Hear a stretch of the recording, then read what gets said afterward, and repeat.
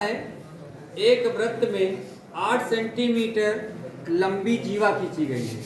एक वृत्त है जिसमें 8 सेंटीमीटर लंबी क्या है जीवा। तो सबसे पहले एक वृत्त बना लेते हैं। एक वृत्त ये मानो आपका वृत्त है। इसकी जीवा कितनी है 8 सेंटीमीटर। लिख देते हैं, इसका नाम दे देते हैं AB और इसकी लंबाई कितनी है 8 सेंटीमीटर। ठीक है, इसका केंद्र मान लेते हैं यहाँ पर कहीं है, इसका केंद्र है O और इस पर एक लंब खींच देते हैं जिसका नाम दे देते हैं। इतना काम कर लेते हैं। अगर लंब खींचा निश्चित रूप से ये क्या हो गया, ये 4 सेंटीमीटर हो जाएगा। कितना हो जाएगा 4 सेंटीमीटर और ये कितना हो जाएगा 4 सेंटीमीटर हो जाएगा। तो ऐसे हमने तो ऐसे खींच लिया है, लेकिन इसकी माप भी दी है। देखो आगे लिखा है जिसकी केंद्र से दूरी 3 सेंटीमीटर है। अब आपका केंद्र कहाँ है, O पर है कि नहीं है? केंद्र से जीवा तक आप चलते आए तो कितनी दूरी चले 3। इसका मतलब ये कितना हो गया 3 सेंटीमीटर। ये यहाँ से यहाँ तक आपका 3 सेंटीमीटर। ठीक, इसको चाहे तो आप मिला दीजिए तो ये क्या हो जाएगी, वृत्त की त्रिज्या हो जाएगी। इसको आप अगर मिला देते हैं तो ये क्या हो जाएगी, वृत्त की त्रिज्या। वैसे पाइथागोरन ट्रिक होता है, अगर 3 है ये 4 है तो ये कितना होता है 5। ये ऑटोमेटिक कितना हो जाएगा 5। हालांकि हम लोग अभी निकालेंगे, आगे बढ़ते हैं। इस वृत्त में खींची गई एक अन्य जीवा, खींची गई एक अन्य जीवा की लंबाई ज्ञात कीजिए जिसकी केंद्र से दूरी 4 सेंटीमीटर है। आप समझिए यहाँ तक तो 3 है, ये है एक जीवा मान लीजिए और कहीं खींच देते हैं तो उसकी दूरी कितनी हो जाएगी 4। इसको थोड़ा बढ़ा लेते हैं और मान लेते हैं कि ये जीवा खींची गई है दूसरी वाली जीवा खींची गई है और यहाँ पर एक बिंदु जैसे यम माना था, ये यम था, इसको यम दे देते हैं और ये टोटल कितनी है 4 सेंटीमीटर।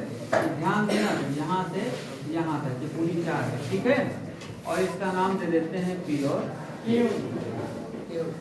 हमको इसकी लंबाई ज्ञात करनी है, यानी PQ की लंबाई ज्ञात करनी है, दूसरे जीवा की लंबाई ज्ञात करनी है। एक बात समझ लीजिए चित्र से, सबसे पहले तो ये OA क्या है, वृत्त की त्रिज्या है।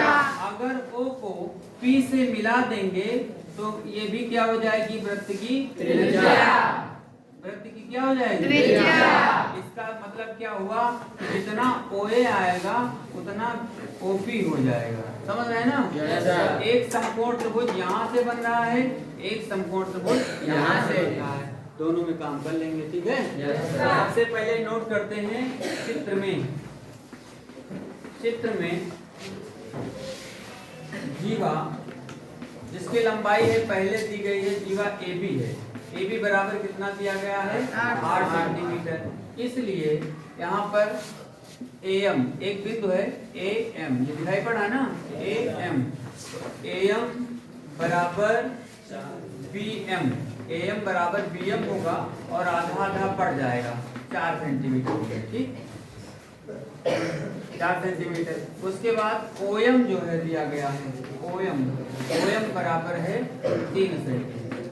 OM बराबर कितना है 3 सेंटीमीटर। ये त्रिभुज ले लेते हैं OAM, यहाँ पर लिख देते हैं त्रिभुज OAM में पाइथागोरस प्रमेय का प्रयोग करेंगे। तो ये क्या है, कर्ण है, तो बोलेंगे OA का स्क्वायर। ये क्या है, लंब है, तो बोलेंगे OM का स्क्वायर और प्लस आधार क्या है AM का स्क्वायर हो जाएगा। मान रख देंगे यहाँ पर, OM का मान दिया गया है 3 का स्क्वायर प्लस AM का मान कितना दिया गया है, AM का मान 4 का स्क्वायर। तो 3 त्रिका 9, 4 चौक 16 9 हो गया कितना 25। OA स्क्वायर बराबर 25, तो OA बराबर कितना हो जाएगा 5 सेंटीमीटर हो जाएगा। अब देखिए चित्र में OA हमको मिल गया, OA मिल गया कितना 5 सेंटीमीटर। ध्यान से देखिए, ये भी क्या है, एक त्रिज्या है। हम लोग कह सकते हैं यहाँ पर, इसलिए OP बराबर भी 5 सेंटीमीटर हो जाएगा। OP बराबर कितना हो जाएगा 5 सेंटीमीटर। अब OP 5 मिल गया और ये ON दिया गया है, ON यहाँ पर दिया गया है 4 सेंटीमीटर, ON दिया गया है 4 सेंटीमीटर। अब दूसरा त्रिभुज ले लेते हैं।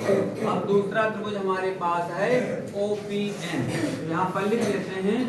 अब त्रिभुज OPN में इसमें भी वही पाइथागोरस प्रमेय का प्रयोग करेंगे। तो इसमें कर्ण क्या हो जाएगा? OP। क्या हो जाएगा? OP।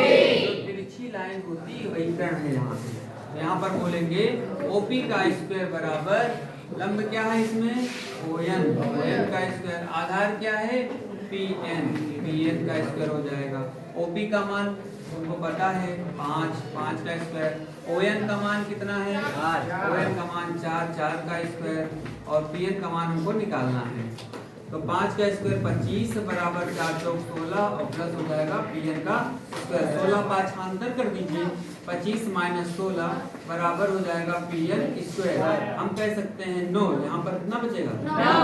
यानी कि PN इधर लिख दें कोई दिक्कत नहीं, PN स्क्वायर बराबर 9, तो PN बराबर इसका वर्गमूल हो जाएगा 3। तो PN आ गया 3 सेंटीमीटर। हमको तो जीवा निकालनी है ना, तो लिख देंगे अतः जीवा क्या मानी हमने? PQ। अतः जीवा PQ बराबर 2 गुणे क्या हो जाएगा? PN। तो 2 गुणे कितना हो जाएगा? 3। उत्तर हो जाएगा इसका। समझ गए? Yes sir. ठीक, नोट करिए।